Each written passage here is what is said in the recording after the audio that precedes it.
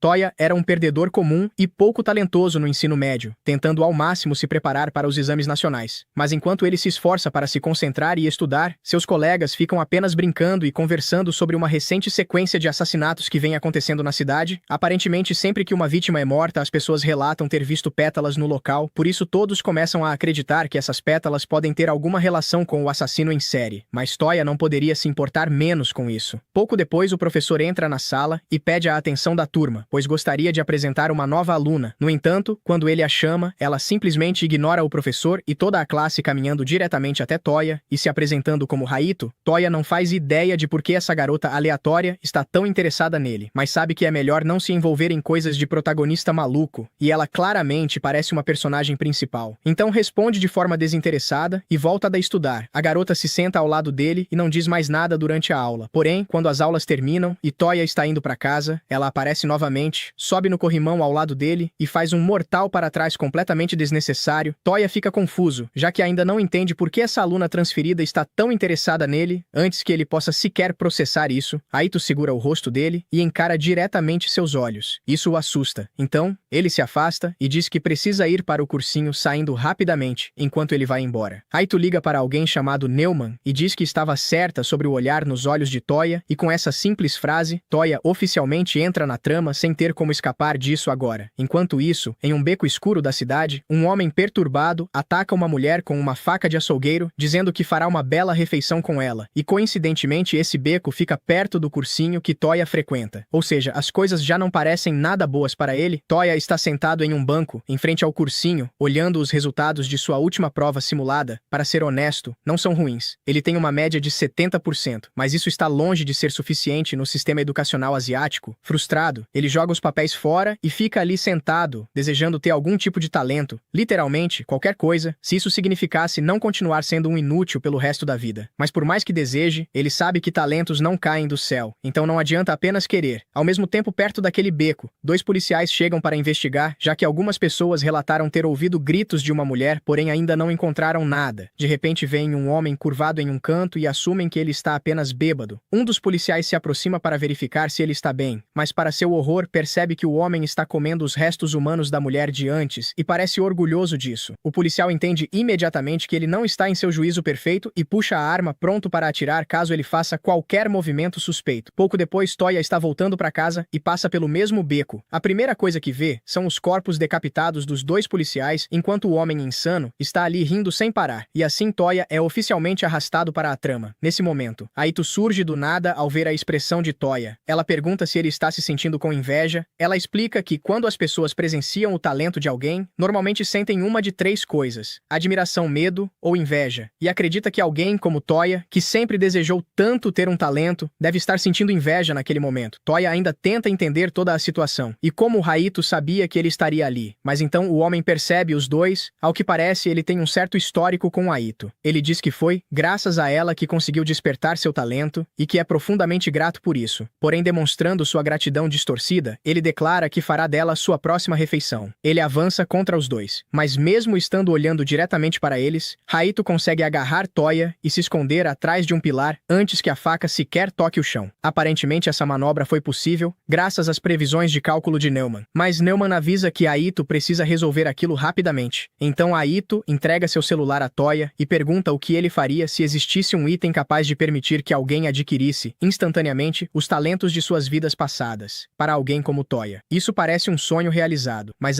porém, o item é uma lâmina, e para obter o talento, é necessário agir como um adolescente, emo deprimido, ou seja, não é exatamente ideal quando o homem finalmente os encontra. Aito corta a própria garganta de repente, ativando o talento de sua vida passada como uma kunoichi. Nesse momento, Toya percebe pétalas de flores caindo ao redor dela. Antes que ele possa perguntar, o homem a ataca, forçando Aito a se defender com suas espadas enquanto a luta acontece. Neumann fala com Toya pelo telefone e explica que através do ramo da reencarnação é possível recuperar talentos de vidas passadas, e aqueles que alcançaram a reencarnação são chamados de retornadores, e como retornadores, tanto Fish quanto Raito são capazes de realizar feitos sobre-humanos, o que já é bem óbvio, mas Toya ainda não entende o que são as pétalas. Então Neumann continua sua explicação dizendo que as pétalas são a prova de que alguém recuperou um talento de uma vida passada. Até mesmo os gênios mais extraordinários acabam morrendo um dia, e quando isso acontece recebem uma nova vida. Porém, através da reencarnação, é possível acessar as habilidades do passado, mas só porque alguém era talentoso em outra vida, não significa que era uma boa pessoa. E é assim que surgem pessoas como Fish. Tanto pessoas boas quanto más podem despertar talentos de vidas passadas. Porém, também existe a possibilidade de que alguém tenha sido um completo inútil na vida anterior. E nesse caso, tentar a reencarnação simplesmente resulta em morte, o que significa que se Toya tentar usar aquilo, há uma grande chance de ele morrer. Então Newman pergunta se ele ainda está tão desesperado para obter um talento. Ela achava que ele ficaria com medo e recusaria, mas subestimou completamente o quão insano ele pode ser. Enquanto isso, Aito continua lutando contra Fish, e ele diz estar decepcionado porque alguém que supostamente possui o talento de um espadachim lendário está mostrando habilidades muito abaixo do esperado. Aito se ofende com isso e decide usar um de seus golpes mais fortes, o corte dos 8 cadáveres coloridos. A princípio parece que Fish está preparado já que consegue bloquear um dos ataques, mas ele esquece dos outros 7 e acaba sendo despedaçado, restando apenas suas pétalas que se dispersam ao vento, depois de confirmar que ele foi derrotado. Aito volta para pegar sua lâmina, mas percebe que Toya desapareceu. Ao perguntar para Newman onde ele foi, ela explica que ele pegou uma das lâminas de reencarnação e fugiu. Aito fica aliviada porque estava preocupada que ele não tivesse coragem, mas esse era exatamente o resultado que ela esperava. E no quarto de Toya, vemos ele coberto de sangue após cortar a própria garganta. Enquanto perde a consciência, ele tem um sonho vago com um homem misterioso de cabelos brancos. Quando abre os olhos novamente, já é manhã e Aito está em seu quarto. Ele pergunta o que ela está fazendo ali, mas então percebe sua mão coberta de sangue seco e Aito revela que ele se tornou um retornador com sucesso, embora tenha gemido bastante durante o sono. Então ela pergunta o que foi aquilo. Algum tempo depois, os dois estão sentados em um banco no parque e Toya conta que tinha um irmão mais velho chamado Seiya, que era bom em tudo. Todos o admiravam por ser um prodígio com um futuro brilhante, enquanto Toya era ignorado por ser completamente mediano. Tudo o que ele fazia era comparado ao desempenho excepcional do irmão. E só por não ganhar uma corrida aos 6 anos, seu pai o chamou de decepção. Desde então, ele se tornou obcecado em alcançar o nível que Seiya estabeleceu. Mas apesar de todo o talento que Seiya tinha, ele era extremamente fraco de saúde e acabou morrendo. Os pais de Toya o culparam pela morte do irmão e o expulsaram de casa. Desde então, ele tenta provar seu valor adquirindo um talento próprio. Aito entende o motivo do desespero dele, mas na verdade isso é ainda mais profundo porque Toya tentou aprender todos os tipos de habilidades e nunca foi bom em nenhuma. Aito diz que entende como ele se sente porque, de certa forma, ela é igual a ele. Toya fica confuso com essa afirmação e está prestes a perguntar o que ela quis dizer quando ela recebe uma mensagem de Newman pedindo que vá até lá. Alguns minutos depois, eles chegam ao quarto de Newman e só de olhar já dá para perceber que ela nunca sai de casa, principalmente porque não consegue andar. Toya reconhece sua voz como a da ligação anterior e Aito pergunta onde estão os outros já que o lugar parece vazio. Newman explica que todos estão em missões para eliminar retornadores malignos, pois essa é a principal função deles na chamada Floresta dos Grandes. Já que esses indivíduos perigosos surgem ocasionalmente, cabe a eles eliminá-los antes que causem danos como Fish fez, e ela espera que Toya também participe. Surpreendentemente, ele aceita bem a ideia de ter que matar outras pessoas. E em sua primeira missão oficial, ele será acompanhado por Aito para enfrentar um retornador maligno chamado Vlad. Porém, Newman diz que não quer que o matem imediatamente, o que deixa Aito confusa, já que esse é o trabalho dela, mas Newman explica que deseja coletar informações sobre o talento de Vlad, então eles só precisam mantê-lo ocupado por 10 minutos antes de eliminá-lo. Ela também menciona que a missão acontecerá em 2 dias, porque antes disso precisam testar a habilidade de retornador de Toya. Naquela mesma noite, Toya sai à procura de uma oportunidade para usar seu poder, e em certo momento ele vê um ladrão que acabou de roubar a bolsa de uma garota enquanto ela corre atrás dele, então Toya decide que aquela é a oportunidade perfeita. Ironicamente, o talento dele se chama Braço Direito do Ladrão, e como esperado, é uma habilidade voltada para roubo. Então, quando o ladrão passa correndo por ele, Toya consegue alcançar a bolsa da garota e retirar todos os pertences dela, enquanto o criminoso foge completamente sem perceber que a bolsa agora está vazia. E quando a garota chega até Toya, ela começa a gritar com ele por não ter impedido o ladrão quando teve a chance. Mas Toya diz que não há motivo para preocupação, porque ele recuperou todas as coisas dela. A garota inicialmente fica agradecida, porém logo se lembra de que a bolsa era uma Birkin, e que a própria bolsa vale muito mais do que o que estava dentro. Então ela volta a correr atrás do ladrão. A habilidade de Toya tem um alcance efetivo de 70 centímetros, o que é uma grande desvantagem já que não possui capacidades de combate evidentes, mas se ele conseguir chegar perto o suficiente para ativá-la, pode quebrar as leis da física e roubar qualquer coisa ao seu alcance, independentemente de obstáculos físicos. E sua eficácia não se limita apenas a objetos, pois naquele breve momento ele também consegue roubar o sangue das veias do ladrão, fazendo com que ele caia no chão. chão. À primeira vista, esse poder parece maligno, mas enquanto Toya não o usar para fins ruins, não há problema. Em uma mudança de cena, Toya e Aito estavam procurando o alvo no meio da floresta quando, após algum tempo, Aito encontra Vlad e ambos se preparam para lutar. No entanto, Vlad conjura estacas que surgem por todo o terreno e Aito consegue por pouco desviar e rebater cada uma, usando seu estilo, e o Bitsoniten, ao ver a situação se complicar. Mas Vlad avisa que é inútil e continua atacando, enquanto o Conde o desafia a ver quanto tempo pode resistir. Aito recua e sobe em uma árvore, comentando com Newman que não conseguirá ganhar muito tempo sem se aproximar, pedindo que ele espere e se concentre na análise dos dados, já que o inimigo os esperava e qualquer descuido seria fatal, embora Aito discorde de ficar esperando, pois as estacas podem vir de qualquer direção. O Conde percebe que algo está sendo planejado. Newman pede para Toya se apressar, e a atitude de Aito pode estar ligada à espada que carrega, além de seu gosto por lutar. Então o Conde golpeia o chão com seu bastão, levantando inúmeras estacas que avançam contra Aito, que usa o cadáver de 8 cores para cortar tudo junto com a árvore e parte para o ataque, ignorando o desgaste. Mas desta vez falha em cortar as lâminas e acaba ferida, levando Newman a declarar a missão como fracassada e ordenar a retirada, embora Toya não obedeça. Quando o Conde já se considerava vitorioso, uma mão atravessa seu peito. Era Toya, que após 10 minutos conseguiu usar seu poder. O Conde cai, mas se levanta rindo ao perceber que Toya é recém-reencarnado e ainda não domina seu talento, prometendo executá-los, até que uma voz o manda recuar e uma névoa escura toma o lugar, com olhos no ar, advertindo Toya a não se mover, fazendo o Conde obedecer e chamar aquela presença de Senhor antes de desaparecer, permitindo que Newman finalize a missão e ordene a retirada. Mais tarde, Toya sozinho revela que o Conde o procurou para recuperar o que foi roubado, seu talento, e deduz que isso foi mantido em segredo, já que um reencarnado sem talento seria uma desgraça. Então, usa novamente seu poder, o saque do ladrão, eliminando o Conde com suas próprias adagas e afirmando que usará aquele talento de formas inimagináveis, deixando claro que não se importa em ajudar a humanidade e que pretende roubar todos os talentos, sejam de heróis ou pecadores, até se tornar o mais talentoso da história e superar seu irmão, acreditando que no fim será ele quem dará a última risada.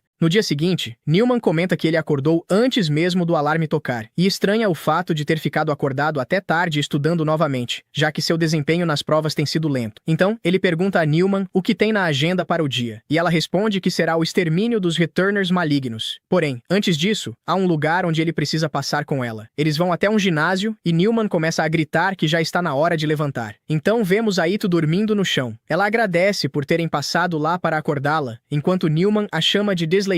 Aito explica que não conseguiu acordar sozinha porque passou a noite inteira treinando. Newman comenta que os dois são muito parecidos e diz a Aito que o talento dela supera em muito qualquer coisa que possa ser alcançada apenas por meio de treinamento. No entanto, Aito rebate dizendo que são necessários 1000 dias de treino para desenvolver e 10.000 dias para aperfeiçoar. No meio do raciocínio, Newman interrompe e diz para pararem com a conversa, pois é hora da missão. Newman então explica que o nome do alvo é Gacy, um serial killer apelidado de palhaço assassino, que se veste como um palhaço para atrair jovens vítimas e assassiná-las. Ela alerta que já entraram no território dele e pede que se separem ao seu sinal. Após fazer a contagem regressiva, ela ordena que se dispersem. Eles se separam desviando de um ataque surpresa do palhaço. O inimigo dá boas-vindas aos dois, chamando-os de samurai e ladrão, dizendo que eles realmente entraram ali, exatamente como outra pessoa havia profetizado. Aito ativa seu talento imediatamente, e o palhaço percebe que ela é uma lutadora de curta distância, acreditando que isso não será um problema, pois bastaria manter distância. Porém, Aito avança rapidamente e o corta praticamente ao meio em um único golpe. Enuma começa a reclamar, perguntando por que ela o eliminou tão rápido, já que o plano era permitir que Toya ganhasse experiência. Aito se desculpa, dizendo que não sabia que ele era tão fraco. Logo depois, vários soldados aparecem na floresta e dizem para mudarem o foco da missão, ordenando agora a captura dos 2 novatos, pois precisam descobrir a verdade por trás das pétalas. À noite, vemos uma pessoa chamada Edward tentando fugir de Aito. Ele elogia seus movimentos habilidosos, mas afirma que isso não será suficiente. De repente, várias maçãs começam a cair do céu, e uma delas para à sua frente, ativando uma habilidade de gravidade que o pressiona contra o chão. Ainda assim, ele consegue se levantar e continuar correndo. No topo de uma construção, 2 pessoas observam a cena. O chamado Cabeça de Maçã fica impressionado por ele ter conseguido escapar, enquanto a garota ao seu lado diz para ele não se animar tanto. Ainda assim, ele afirma que agora é a vez dela brilhar. Ela responde que não é do tipo combatente, mas revela revela que seu talento é a translocação espacial. Em seguida, ela se teleporta para trás do criminoso e arranca um de seus braços. O cabeça de maçã pergunta por que ela não arrancou a cabeça dele, e ela explica que quem deve matá-lo são os soldados, não ela. Então o soldado coloca a arma na cabeça de Edward e diz que é hora de se render. Porém, Edward puxa uma tesoura e fura os olhos do soldado, dizendo que é hora de fugir. No entanto, acaba levando um tiro e se pergunta o que aconteceu, já que o soldado deveria estar morto. Porém, o soldado também possuía um talento que o transforma em uma caveira. Logo depois, mais soldados aparecem, dizendo que ele está completamente cercado e que não há para onde fugir. Raito, a garota do teleporte e o cabeça de maçã também se juntam a eles. Edward então percebe que eles fazem parte da organização que tem os Returners malignos como alvo e se ajoelha, esperando sua morte. Depois todos vão até Newman, que os parabeniza pelo belo trabalho. Einstein então entrega a adaga do homem para Newman. Hiroshinal pergunta se há alguém ferido. O homem com o talento de caveira diz que foi ferido, e ela o cura rapidamente. O cabeça de maçã quase deixa escapar que gostaria de ter sido ferido, mas percebe que está falando alto demais e chama Aang para cuidar das testemunhas. Raito vai até Toya e diz que ele deveria se juntar a eles, perguntando o que ele está fazendo. Ele explica que está ajustando a posição e a fiação dos monitores. Ela comenta que ele finalmente conseguiu o talento que sempre sonhou, e, ainda assim, escolheu ficar ali fazendo tarefas para Newman. Então, ele explica que gosta desse tipo de tarefa. Newman diz que não há muitas pessoas diligentes como Toya e afirma que ele tem sido de grande ajuda. Em seguida, vemos diversas pessoas no local e Newman comenta que ainda faltam alguns integrantes. Raito comenta com Toya que todos ali são iguais a ele. Foi o próprio ressentimento que os levou a buscar por talento. O cabeça de maçã diz que, se ele precisar de alguma ajuda, basta falar. Aang então vai até Toya e diz que não concorda com a presença dele, pois o talento dele não é um dos grandes. Ela também afirma que o talento dele é maligno, dizendo que não podem confiar nele. Porém, Newman diz que ele pode ter revivido o talento de sua vida passada, mas isso não significa que tenha se tornado a mesma pessoa. Ainda assim, Aang não fica convencida. Então, Aito a abraça e diz para ela não ser tão teimosa, pois Toya tem seu endosso. Aang responde que vai deixar isso passar por enquanto. Já a caminho de casa, eles conversam sobre como se sentiam ao serem tratados como inferiores por não terem talento, até que percebem alguém na casa de Toya. Aqui conhecemos Itsuki, um velho amigo extrovertido de Toya, alguém tão talentoso quanto seu irmão e líder da unidade de forças especiais do Japão. Eles perguntam o que ele veio fazer ali. Itsuki responde que veio ver como Toya estava, já que ele não estava indo à escola, mas ao vê-lo com sua garota, imagina que ele saiu em uma aventura. Ambos ficam envergonhados e negam. Então, Itsuki mostra uma foto de quando se conheceram. Ele conta que Toya perseguia sua própria trilha, mas sempre o ignorava porque tinha outras coisas para fazer, algo que parece ser o destino dos talentosos. Toya se irrita com isso e se corta com um galho, demonstrando seu talento. Itsuki não parece impressionado. Acontece que ele já sabe tudo sobre o galho e o chama de patético por depender do passado. Aito grita para ele se calar, apontando sua espada e diz que ele não sabe nada sobre eles. Itsuki responde que são apenas desculpas. Isso a irrita e ela avança contra ele, mas ele desvia e a imobiliza no chão. Depois disso, ele já ia embora, mas antes diz ao protagonista que é uma pena no que ele se tornou. Toya se vira calmamente, afirmando que um dia superará seu irmão com aquele poder. Na rua, Itsuki encontra um esquadrão de soldados. Eles se dirigem a ele como capitão e perguntam se devem iniciar a operação. Itsuki nega a ordem e manda que se retirem. Em seguida, entra em um carro com um homem chamado Yoshiki, que o provoca por deixar aqueles alvos tão interessantes escaparem. Voltando aos protagonistas, Aito está cabisbaixa por ter sido derrotada tão facilmente. Ela conta ao protagonista sobre seu passado, como foi abandonada em um orfanato e cresceu isolada dos outros por causa de sua aparência. Mas um dia, conheceu seu mestre, que a acolheu e ensinou o caminho da espada. No entanto, ela não tinha talento para isso, e querendo orgulhar seu mestre, buscou diferentes formas de melhorar, encontrando o ramo da reencarnação. Mas isso trouxe desgraças, pois durante um duelo, ela feriu seu mestre, e por sua culpa, o dojo acabou sendo fechado, fazendo com que os outros a expulsassem. Ainda assim, ela não pretende ficar parada, pois precisa voltar ao seu mestre para reabrir o dojo. Por isso, precisa se tornar uma retornada completa o mais rápido possível. Voltando para Itsuki, ele se lembra das palavras de Toya, amaldiçoando Seiya por morrer e deixar aquele problema para trás. Yoshiki fica surpreso, principalmente pelo fato de Seiya ter realmente previsto o que aconteceria. De volta aos protagonistas, Newman explica sobre os retornados completos. Diferente dos que conhecemos na cabine, Toya e Raito têm um tempo limite. Esse limite desaparece quanto mais vezes você reencarna. Por isso, aqueles que reencarnam completamente passam a ser chamados por seus nomes anteriores. É por isso que alguns chamam Raito de Musashi, mas ela não voltará ao dojo até se sentir completa. Agora no ginásio, Toya treina com as adagas do Conde. Ele mostra isso para Ito, que o elogia por ter um talento incrível, embora também deduza que ele pode roubar o talento de seus amigos. Ainda assim, ela diz que faria o mesmo, e por isso o apoia. Além disso, aprecia o fato de Toya ter desconectado Newman para que apenas ela soubesse disso. No entanto, isso também a incomoda, pois ele não tentou roubar seu talento quando teve a chance, como se ela não tivesse valor. Por isso, promete se tornar tão forte que ele vai querer seu talento. Sendo assim, Toya promete reunir talentos que rivalizem com os dela, e ambos fazem essa promessa até o dia em que se enfrentarem. Bom, se você chegou até aqui, comente a palavra maçã, para eu saber que você chegou até o final.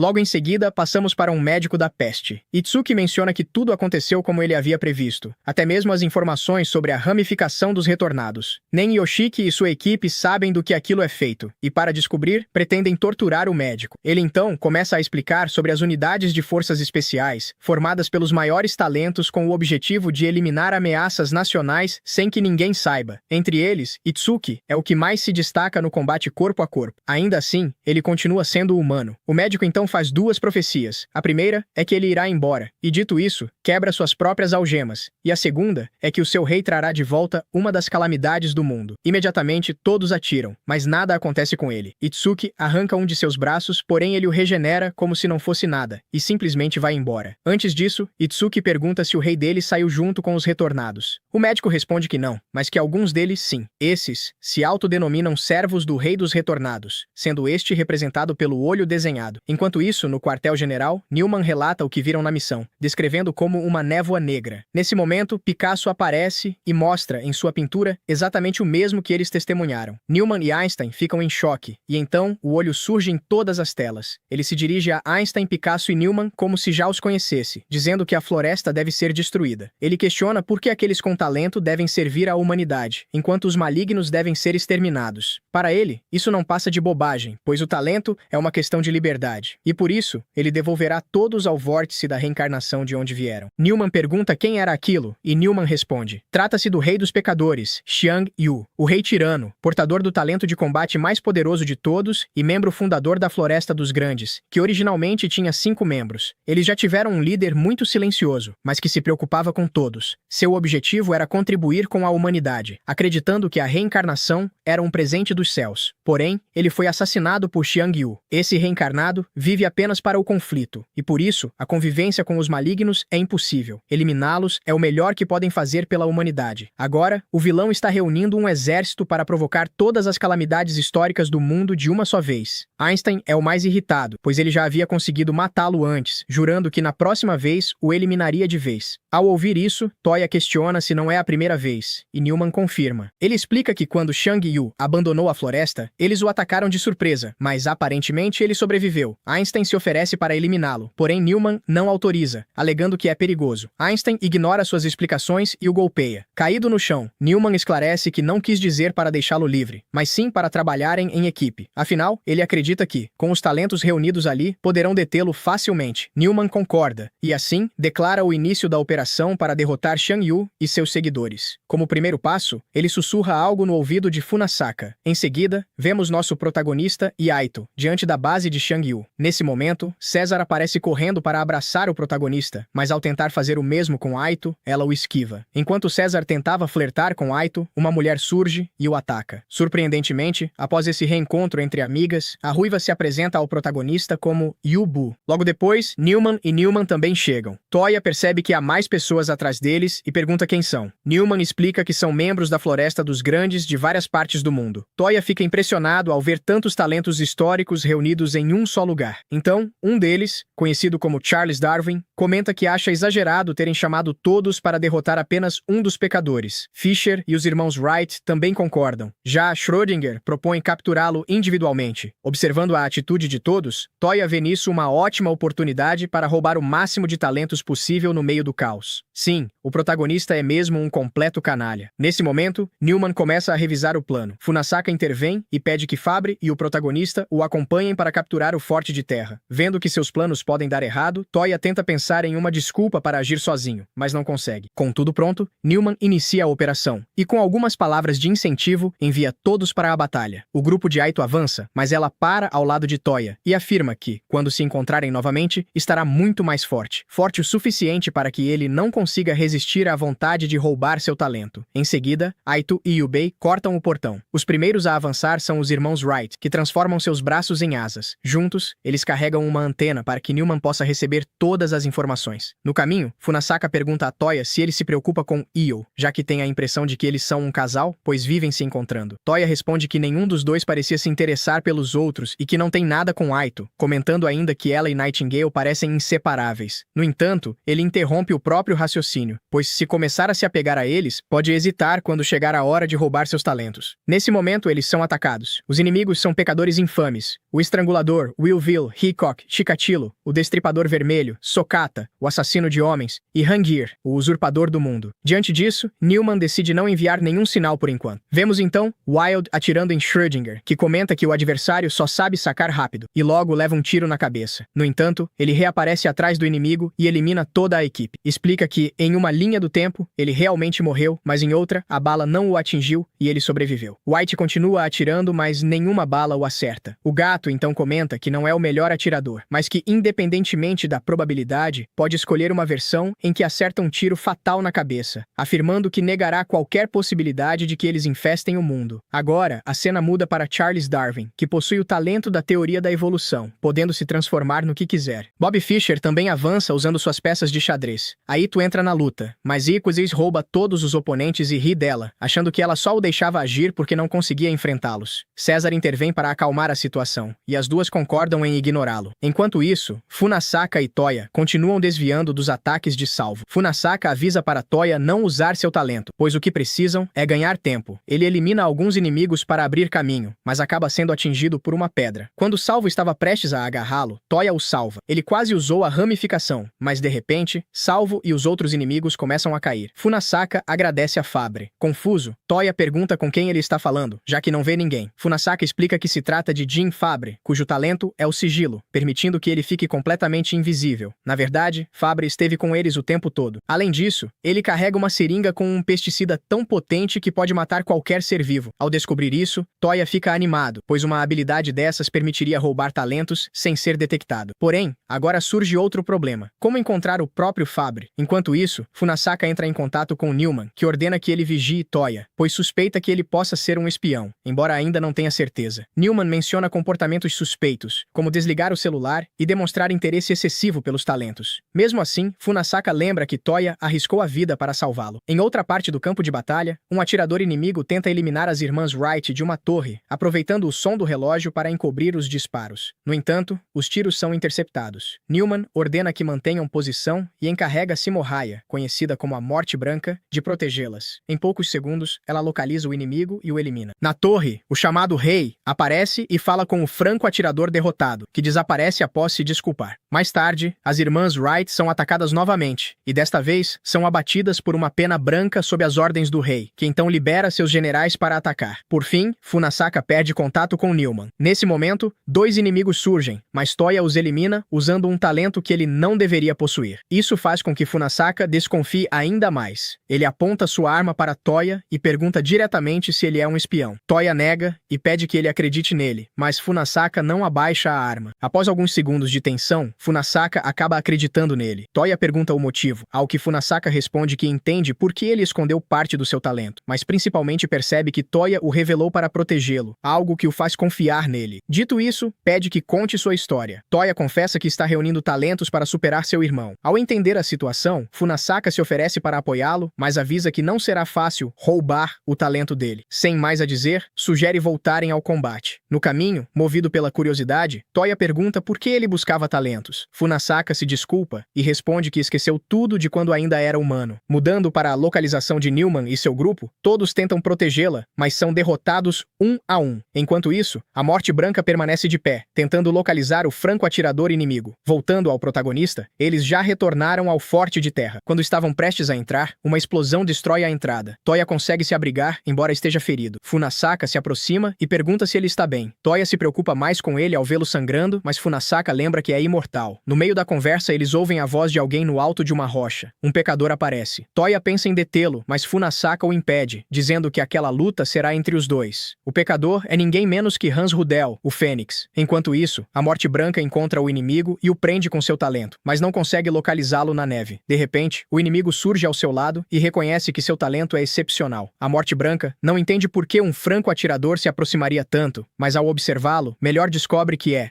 Adcock, o herói do Vietnã conhecido como Pluma Branca. Adcock confirma e se afasta para um duelo verdadeiro. A Morte Branca o impede e pergunta por que alguém do nível dele está no exército dos pecadores. Adcock responde que ele entenderá após o duelo. De volta ao protagonista, Toya reconhece o inimigo, o famoso piloto da Luftwaffe. Rudel se dirige a ele chamando-o pelo nome, deixando Toya confuso, que pergunta como ele sabe seu nome. Rudel ignora a pergunta e atira em Funasaka, dizendo que em breve todas as dúvidas serão respondidas. Em seguida, usa seu talento Trombetas de Jericó, fazendo vários mísseis explodirem na área. Funasaka permanece imóvel e, após o impacto, regenera completamente seu corpo. Rudel então entende como funciona sua imortalidade, embora questione o método. Funasaka manda que ele pare de falar e resolvam tudo na batalha, com uma atitude imponente. Rudel aceita. Em uma luta de imortais, a única diferença será o poder de fogo. Funasaka usa apenas armas de fogo e granadas, enquanto Rudel conta com uma metralhadora e mísseis, impedindo qualquer contra-ataque. A única vantagem de Toya seria o sigilo absoluto de Fabre, mas ela está perdida. Nesse momento, ela encontra mais pecadores e pensa em eliminá-los, porém um deles consegue vê-la. Isso parece impossível, mas se confirma quando eles se aproximam. Ao desviar, ela fica diante de um pecador que conhece sua habilidade e comenta que não acha justo, apresentando-se como um homem de bigode curioso. O outro, Polt, sem bigode, diz que ela deve estar se perguntando como eles sabem tudo isso e por que seu poder não funciona contra eles. Ele explica que não conhece apenas o talento dela, mas o de toda a floresta. Seu talento é mente mestra. Fabre imagina que Paul anula sua habilidade, mas não. Unisa a neutraliza com seu olfato. Ele explica que aquela parte da floresta foi corrompida pelo talento de Polt. Como resultado da corrupção, todo o local fede, e a ausência de cheiro de Fabre se torna evidente, destacando sua posição como o sol. Ele revela que seus companheiros eram apenas iscas para atraí-la até ali. Enquanto a corrupção de Polt continua se espalhando, Fabre acaba morrendo, percebendo que até seu cadáver é invisível. Voltando para Funasaka, ele continua sendo alvejado e bombardeado. Ele comenta que está começando a se cansar e que o poder de Rudel é superior ao dele. Apesar disso, admite que a luta é divertida. Mesmo assim, não vê uma forma de vencer e pergunta a Toya se ele já sentiu fadiga ao usar seu talento. Toya responde que sim, e então explicam que é impossível usá-lo sem esgotar a resistência física ou mental. Ou seja, sua imortalidade tem um limite, e entre ele e Rudel, um deles será o primeiro a morrer. Enquanto isso, Simohaya continua tentando adivinhar a posição de Adcock. Até agora, o inimigo não respondeu a nenhum de seus disparos. Simohaya entende que ele realmente não pode responder. Adcock revela que seu alcance é de 600 metros, enquanto o de seu oponente chega a 1 quilômetro. Além disso, a paisagem nevada lhe dá vantagem nesse ponto. Simo Mohaia não se importa com o motivo de um retornado de classe alta ter se aliado aos pecadores. Ele está animado por finalmente enfrentar um desafio, e só quer ver o que Adcock, apelidado de O Branco, fará. Mas, surpreendentemente, o inimigo aparece com as mãos levantadas. Isso irrita Simo Mohaia, que não aceita que alguém como ele se renda sem lutar e continua apontando a arma. Com um olho na mira, ele percebe que o ambiente muda completamente. Trata-se do talento de Adcock, Inferno Verde, um poder semelhante ao da Morte Branca, transformando o local em um cenário incrivelmente belo. Ele pergunta se aquilo não é uma boa descarga de adrenalina. A Morte Branca remove o capuz e, empolgado, diz que está arrepiado. Por outro lado, Newton e Einstein continuam explorando a floresta. Einstein está claramente nervosa e não solta Newton. O cabeça de maçã tenta tranquilizá-la, dizendo que tudo ficará bem. Afinal, o trabalho deles é apenas dar suporte na retaguarda, e provavelmente Darwin e os outros já derrotaram todos os inimigos. Einstein reconhece que eles são fortes, mas ainda existe a possibilidade de algum pecador escapar. Justo nesse momento, um barulho surge entre os arbustos. Assustada, ela dá um soco em Newton, mas era apenas uma doninha. Mesmo assim, ela continua tremendo. Ao ver isso, Newton comenta que talvez fosse melhor ela ter ficado na base. Einstein recusa, dizendo que precisam derrotar Shu. Vendo sua determinação, Newton pergunta se o antigo líder dos grandes era alguém importante para ela, mas Einstein não responde. Enquanto ele tenta motivá-la, outro barulho é ouvido. Einstein grita de medo, mas ao perceber que era Darwin, fica irritada. Porém, algo estranho acontece. Poucos segundos depois, o corpo dele se desintegra. Chocada, Einstein quase grita, mas Newton tampa sua boca. Nesse momento, ouvem a voz do pintor austríaco, que começa a explicar o talento de Darwin. Segundo ele, Darwin podia evoluir seu corpo livremente para se adaptar a qualquer situação. No entanto, aquilo não passava de algo patético. Apenas uma forma de se transformar em formas de vida já existentes. Algo mais próximo de uma metamorfose. Em seguida, ele chama Schrödinger, questionando por que ele ainda está escondido. Ele provoca. Será que Schrödinger não tem chance de vencer nem de fugir? Isso o enfurece. Ele se levanta apontando sua arma, mas é derrotado com um único golpe. Aproveitando o sacrifício, Fischer aparece e tenta atacar, nuclear, mas também é neutralizado. O general austríaco reconhece sua capacidade estratégica, mas afirma que uma batalha real é muito diferente de um jogo de xadrez. Aqui não há limitações de movimento. 1 a 1, os aliados de Fischer são eliminados, e por fim, ele também morre. Ao ver toda a situação e o estado de Einstein, Newton decide se revelar para atrair a atenção do inimigo. Antes de lutar, ele pede que Einstein faça os outros recuarem caso ele perca. Poe então usa seu talento para corroer a floresta. Newton escapa subindo nas árvores, analisando a situação e se perguntando se tem alguma chance contra aquele monstro. De repente, Poe o encontra e destrói a árvore. Sem alternativa, Newton foge, tentando entender como foi localizado. O general austríaco explica que nada pode se esconder de seu talento. Ele revela que já sabe até a posição de Einstein, além de explicar o poder de Newton. Translocação espacial, que funciona trocando dois espaços em milissegundos. Um talento extremamente poderoso, com alcance global. Por isso, ele se pergunta por que alguém com tal habilidade estaria se escondendo, concluindo que há uma grande limitação. Newton não pode se mover para lugares desconhecidos, apenas para coordenadas que já visitou fisicamente. É por isso que ele e Einstein ficaram na retaguarda, ampliando os locais para teletransporte. Einstein se assusta ao perceber o quanto ele sabe. Nesse momento, Newton vê a Doninha novamente, notando um símbolo em seu peito e chegando a uma conclusão. Enquanto Poe se aproxima e tenta capturar Einstein, Newton a protege com um chute e ataca pelo ponto cego do inimigo. Poe percebe e se pergunta se Newton já entendeu. Ele confirma. Podia ver tudo através de seus olhos. O adesivo na Doninha tem o símbolo do alemão, e ao tocá-lo, Newton consegue enxergar através dela. Ele revela que o talento de Poe permite que qualquer forma de vida marcada compartilhe seus sentidos com ele. Ele espalhou esses selos por animais e insetos da floresta, o que explica seus ataques precisos. Também marcou seus próprios soldados, garantindo uma visão privilegiada das habilidades dos grandes. No caso de Einstein, provavelmente Xian Yu revelou tudo sobre ela. Newton acusa o inimigo de fingir ter uma mente mestra. O homem apenas ri da sua dedução, dizendo que isso não muda nada. Eles não podem remover todos os selos, nem impedir o avanço da corrupção de Poe.